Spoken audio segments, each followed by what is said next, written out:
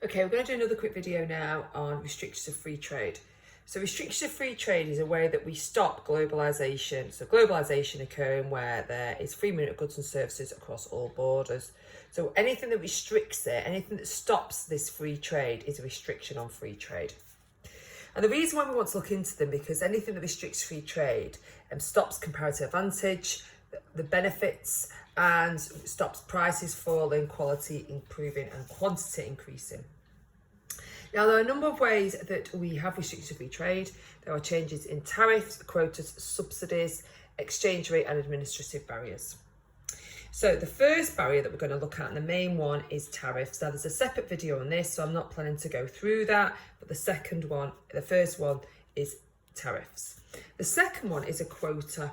Well, a quota is where only a certain amount of a particular product is allowed into a nation, and anything over that is not able to enter. There can be quotas on products, for example, fish, and there can be products on people, for example, migration movements. You don't need this diagram, you just need to understand that quotas are in relation to a certain number being allowed in, but nothing over that number. Okay, the benefits of that are that obviously then you are able to fulfil a need that your economy might have for the fish or for the labour, but you don't have an oversupply of it in the nation. The next one is a subsidy. So a subsidy is a way of making the cost of production cheaper. It's the opposite of a tax. It's where money is given to a particular industry to produce something. So there can be export subsidies whereby the prices fall of your exports because some of the costs are being borne by the government. And prices have fallen. For example, Boeing have been looked at in relation to the EU government. And you could also subsidise imports, giving a subsidy to domestic firms, for example, for the production of steel, therefore making their goods cheaper abroad, allowing them to sell more. This is an area which is very contentious, and a lot of the issues between America and China have come through subsidies, because the argument is that the Chinese government heavily subsidised industries, which means that exports are cheaper, which the USA claims is uncompetitive and not fair, and creates an unfair environment because of the subsidies that the government provides. Administrative barriers. So these are where you put red tape or product standards on a particular industry to stop products being able to be sold. So a good example is BSE here, or mad cow disease in the UK, where a product standard stated that UK beef wasn't safe for consumption was held over the meat industry for many, many years, even after meat was shown to be very, very safe. And the reason for that was because other countries wanted to protect their markets from British beef, because British beef being some of the best in the world, they wanted to ensure their consumers bought beef from their country and not British beef. So France was a big issue for that. And any type of red tape that stops you being able to import goods into a particular country is a restriction on free trade, because it stops the free trade from occurring. Okay, so why do we have free trade? Well, the first and most important reason is the infant industry argument. So the infant industry argument is that some firms need time for them to grow. They need to be able to capture the income within that domestic market and stop that income flowing across borders into other markets, to allow profits to be made within that infant industry, for them to reinvest, for them to train their staff, and for them longer term to be able to compete. Now, all countries who have had significant levels of growth have had some level of infant industry idea, the idea that governments have protected to some extent their markets. So the UK, all of Europe, and indeed China. And this argument is often made. So give our industries time to grow so we can invest within them, we can gain from economies of scale. But the problem of infant industry argument is that when you protect one industry, there's often retaliation. So retaliation comes from where countries then say, well, you protect your market, so I can't enter it. I will protect your market, so you can't enter mine. And this tit for tat retaliation massively increased costs for all. And this is one of the key issues that we've got with China and the USA. Also, one of the reasons for restriction of trade is to protect jobs. Again, we protect jobs because the fact that you keep money within that circular flow and stop it from flowing out. But this is only a short-term benefit, because longer term, if an economy is inefficient, jobs will be lost within that particular sector.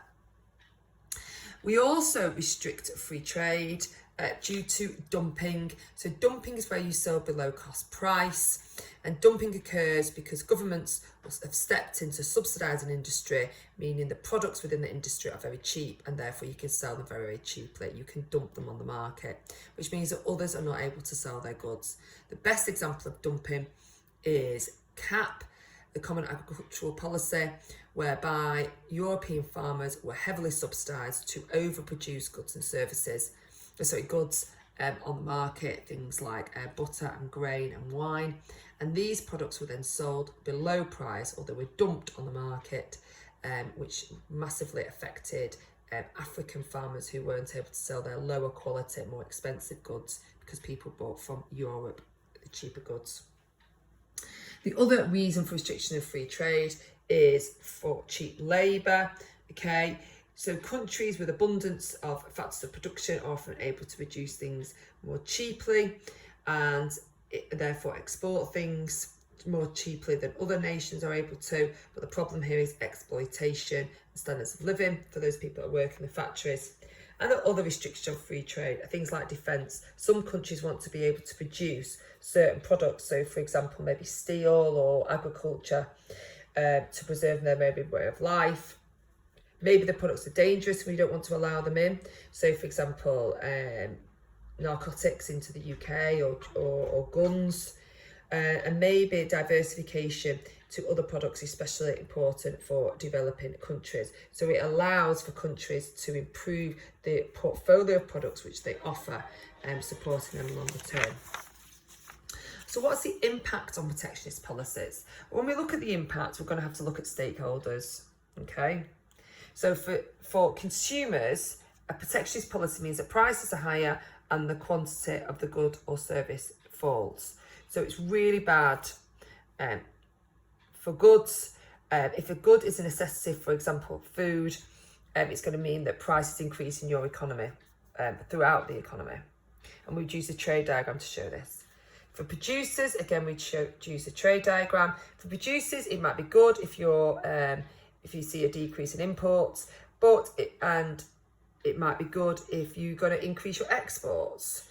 It may affect domestic firms if they use the good and then they buy it on the world market to produce a good within that nation which they sell on. So, for example, hit steel with cars. So if you are buying in steel, so you can produce your cars, but you protect your market, so therefore steel's more expensive, it means the car's going to be more expensive as well. You may be able to pass that price on though due to the elasticity of the product.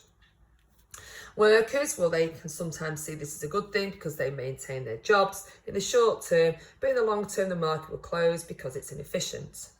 Governments could be happy because they gain tax revenue. Again, you can show this in a trade diagram. You can also show this one as well in a trade diagram. However, cost of protectionism might be huge, particularly if it's a subsidy, and it may create an inefficient market longer term.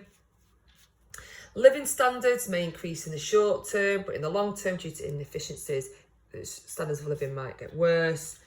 And equality or equity, you may protect workers from unfair competition, increase wages and increase in inequality. However, longer term benefits be short-lived due to the inefficiencies within that market. Free trade versus protectionism. So this is an ongoing argument. In the past 70 years, protectionism has been on decline and free trade has increased. Why? To increase the allocation of resources, to increase competition, reduce prices, increase quality. Selected protectionist policies have been used for countries that have been growing. For example, South Korea and China successfully used protectionist policies and it protected against dumping. However, barriers have been reciprocated and protectionism and retaliation has been on the rise, particularly through China and the USA. Okay, very brief overview there of your notes.